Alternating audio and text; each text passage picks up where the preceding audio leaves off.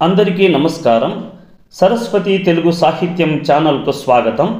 నా పేరు కంబం సిద్ధారెడ్డి. మా ఛానల్ని మీరు మొదటిసారి చూస్తున్నట్లయితే వెంటనే సబ్స్క్రైబ్ చేయండి. ప్రక్కనే ఉన్న గంట సింబల్ని నొక్కండి. తద్వారా మేము చేసే వీడియోలు మీకు నోటిఫికేషన్ రూపంలో రావడం జరుగుతుంది. మా ఛానల్ని మీరు చూస్తున్నారు కానీ సబ్స్క్రైబ్ చేసుకోవడం లేదు. మీరు సబ్స్క్రైబ్ చేసుకోవడం వల్ల మీరు నన్ను ప్రోత్సహించిన వారవుతారు. నేను మరిన్ని మంచి వీడియోలను చేయడానికి వీలవుతుంది. ఈ వీడియోలో నేను జాసువా గారి గబ్బిలము కావ్యములోని 2వ భాగములోని 1 నుండి 10 పద్యాలను మీకు వివరించబోతున్నాను.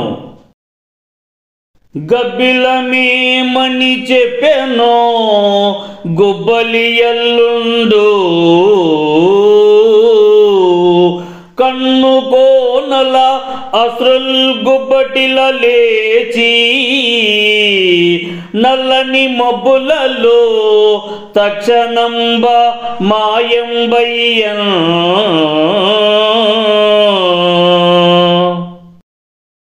ఆ గబ్బిలము ఏమి చెప్పెనో గాని పర్వతములకు రాజైన హిమవంతుని అల్లుడైనట్టి ఆ పరమశివుని కన్నుల యందు కన్నీళ్లు స్రవిస్తుండగా వేగిరమే లేచి ఆ నల్లని మబ్బుల వెనుక శీఘ్రమే అదృశ్యమయ్యాడు. తిరువానుకూరు దేవుడు తెరచం గుడి తలుపులితర దేవుళ్ళును బితరపోయి, నిమ్న జాతుల దర్శనమునా తరిసిరాత్మ దౌర్భాగ్య దశల్.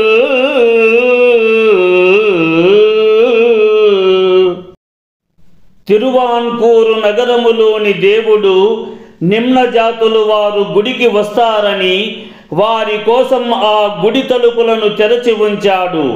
ఇతర దేవుళ్ళు కూడా బిత్తర చెంది ఆ అల్పజాతుల వారి దర్శనముతో తమ యొక్క దౌర్భాగ్యపు దశలను అధిగమించారు కదా. అంటరానితనంబునంటి భారత జాతి భువన సభ్యత కోల్పోయెననుచు, క్షమకు మించిన కత్తి జర్మనీ యుద్ధాన కనుగొన్న మొనగాడు కలుగడనుచు, కుదురు రాట్నము చేతగాక స్వేచ్ఛా స్వర్గముదము చిక్కుట, నభఃపుష్పమనుచు నూరేండ్లు కాదు 300 ఏండ్లు మనవచ్చు,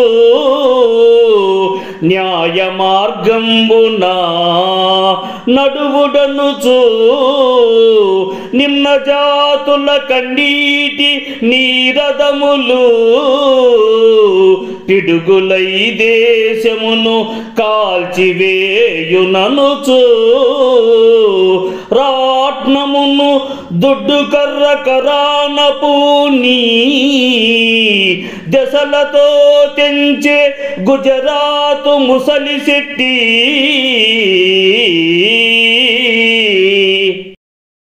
యావత్ భారతీయులంతా అంటరానితనమనే జాడ్యమును అంటించుకొని విశ్వములో సంస్కారమును కోల్పోయినదని, సహనమునకు మించినట్టి కత్తి జర్మనీతో ప్రపంచ యుద్ధం జరిగినప్పుడు కనుగొన్నట్టి గొప్పవాడు లేడనుచు, కుదురు రాట్నము చేయగాక స్వతంత్రత అనేది స్వరమును అందుకోగలగడం గగన కుసుమము అని, న్యాయమైన మార్గములో నడచిన 100 సంవత్సరములు కాదు 300 సంవత్సరాలైన బ్రతుకును వెళ్ళదీయవచ్చు. అంటరాని వారి యొక్క కన్నీటి దారలని మబ్బుల సముదాయమే పిడుగులై దేశమును దహించునని మహాత్మా గాంధీ రాట్నమును చేతిలో దుడ్డు కర్రగా పట్టుకొని గుజరాత్ ప్రాంతమునకు చెందినట్టి ముసలి శెట్టి అయిన గాంధీ దిక్కుల నుండి వచ్చెను. సీమ గుడ్డకు కన్నులు చెమ్మగిల్లే ముతక బట్టకు మర్యాద పొటమరించే నగరి వెలుపలి మాలబాదిగలు కూడా నరులు సుమ్మని దేశంబు గురుతు పట్టే విదేశీయమైన వస్త్రములు బహిష్కరించడముతో దుఃఖించను. దీనితో ముతకవైనట్టి వస్త్రాలకు గౌరవమును పెరిగెను. ఊరి పొలిమేరల చివరలగా బ్రతుకును వెల్లదీస్తున్నట్టి మాల మాదిగా అనునట్టి నిమ్న జాతికి చెందిన కులాల వారు కూడా మనుష్యులే అని దేశమంతా గుర్తించబడెను. వెదపు వలదు నీకు హరిజన సోదరా, స్వీయ రాజ్యరథము వెడలి వచ్చే లాగి పొమ్ము నీకు భాగంబు కలదంచు పాడుచుండె రత్వ భరత మాత. ఓ హరిజన సోదరుడా, ఏ మాత్రము నీకు భయము వలదు. స్వరాజ్య పాలనము అనునట్టి రథము వచ్చుచున్నది. దానిని లాగుకొనుచు మునుముందుకు సాగిపొమ్ము.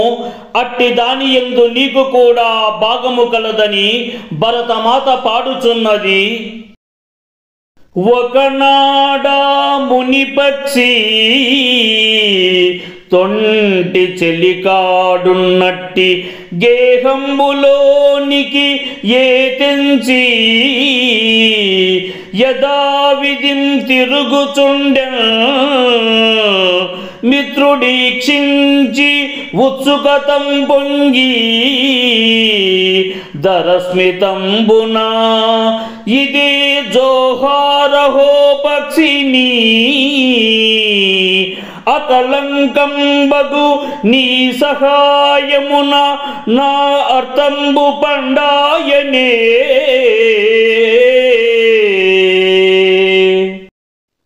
ఒక దినమున ఆ గబ్బిలము తన పూర్వపు మిత్రుని గృహమునకు వచ్చి ఎప్పటి మాదిరిగానే అటూ ఇటూ తిరుగుతూ ఉండటం చూసినట్టి ఆ నిరుపేద ఎంతో సంతోషంతో చిరునవ్వు నవ్వుతూ ఇలా అన్నాడు. ఓ గబ్బిలమా, నీకు నా వందనములు. ఎటువంటి కల్మసము లేనట్టి నీ సహాయ సహకారాల వలన నా పని చక్కగా నెరవేరినది కదా. నా వర్ణించిన పుణ్యభూములను సందర్శించినావే, మహాదేవుండాయన దేవియుం తగిన ఆతిథ్యంబు నీకిచ్చిరే.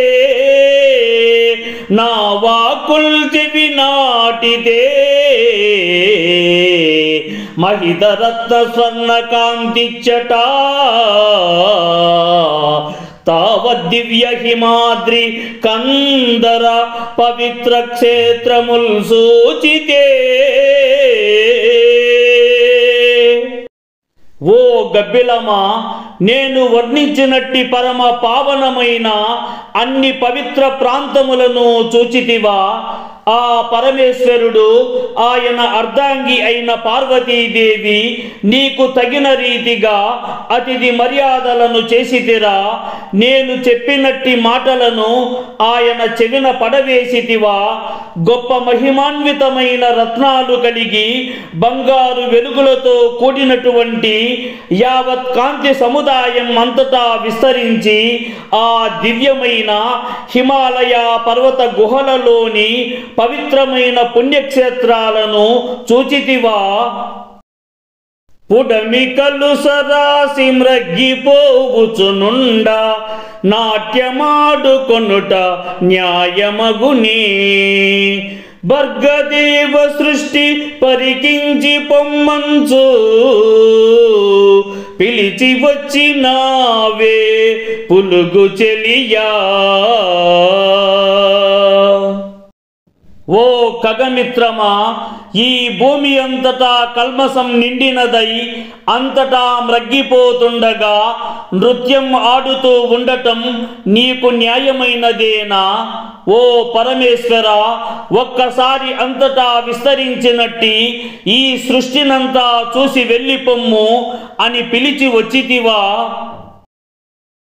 కాళిదాసుని మేఘంబు గౌరవంబు తెచ్చుకొన్నదే,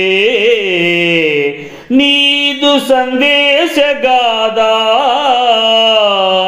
గనులు చేకొను భూభృదగ్రముల పూజ, అసమచతురత్వమున్న బానిసకు రాదు. నీదు సందేశగాథ ఆ కాళిదాసు మహాకవి మేఘ సందేశములాగా మన్ననను సంపాదించుకోగలిగిందా? ఘనమైన వారు అందుకోగలిగినట్టి ఈ ధరణి యందున పర్వతాగ్ర శిఖరపు పూజలను చేయడానికి ఎంతో చతురతతో కూడినట్టి నైపుణ్యం ఉన్న సమానత్వం లేని పుట్టు బానిసకు రాదు కదా. వ్యాస వాల్మీకి ముని మదేబములు రెండు తిరుగుచుండెనే కైలాసగిరుల మీద, వారి వార్తక్యమున నీకు స్పష్టమగును. భరత రామాయణంబుల పడుచుదనము ఆ పరమశివుడి నివాసస్థలి అయిన కైలాస శిఖరాగ్రము పైన వ్యాసుడు వాల్మీకి అనునట్టి రెండు మదించిన ఏనుగులు సంచరించుతూ ఉండటం నీవు చూచితివా? వారి యొక్క ముసలితనమును చూసిన ఎడల వారిరువురు రచించినట్టి రామాయణ భారత మహాకావ్యాలు నేటికి కూడా ఎంత యవ్వనములో ఉన్నాయో నీకు చక్కగా తెలుస్తుంది కదమ్మా. మాతృభాషాభిమానులారా, ఈ వీడియో మీకు నచ్చినట్లయితే లైక్ చేయండి, షేర్ చేయండి. ఈ వీడియోపై మీకున్న అభిప్రాయాన్ని కామెంట్ సెక్షన్లో కామెంట్ చేయండి. ఈ వీడియో చూసిన మిత్రులందరికీ ధన్యవాదములు.